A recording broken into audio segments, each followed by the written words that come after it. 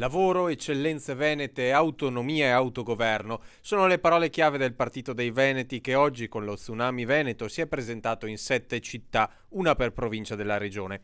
La sezione veronese, guidata da Daniela Baldoria e Michele Tittonella, ha piantato le proprie bandiere questo pomeriggio al MED in Zai. Il Partito dei Veneti nasce dall'unione di 7 movimenti e partiti già esistenti sul territorio e si sono uniti per portare avanti le istanze del popolo veneto, in particolare la richiesta di maggiore autonomia, è una lotta che viene portata avanti ormai da 2 anni e che i partiti nazionali non sono stati in grado di realizzare. Per noi veneti sono tutte le persone che hanno scelto di vivere in Veneto, che comunque si sono trasferite in Veneto, che apprezzano la nostra realtà, la nostra cultura, a prescindere dalla sua provenienza, dalla sua etnia e da ogni suo credo o tendenza.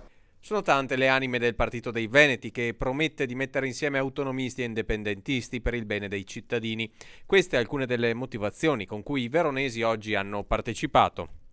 Ormai tutti i partiti italiani sono falliti, per noi veneti non hanno fatto nulla, l'ultimo nostro errore che ha fatto il nostro Zaia, che ha fatto il referendum per l'autonomia, non ha concluso nulla, noi cerchiamo solo l'autogoverno. Mi sembra che sono delusi dalla Lega e voglio sentire le loro proposte migliorative.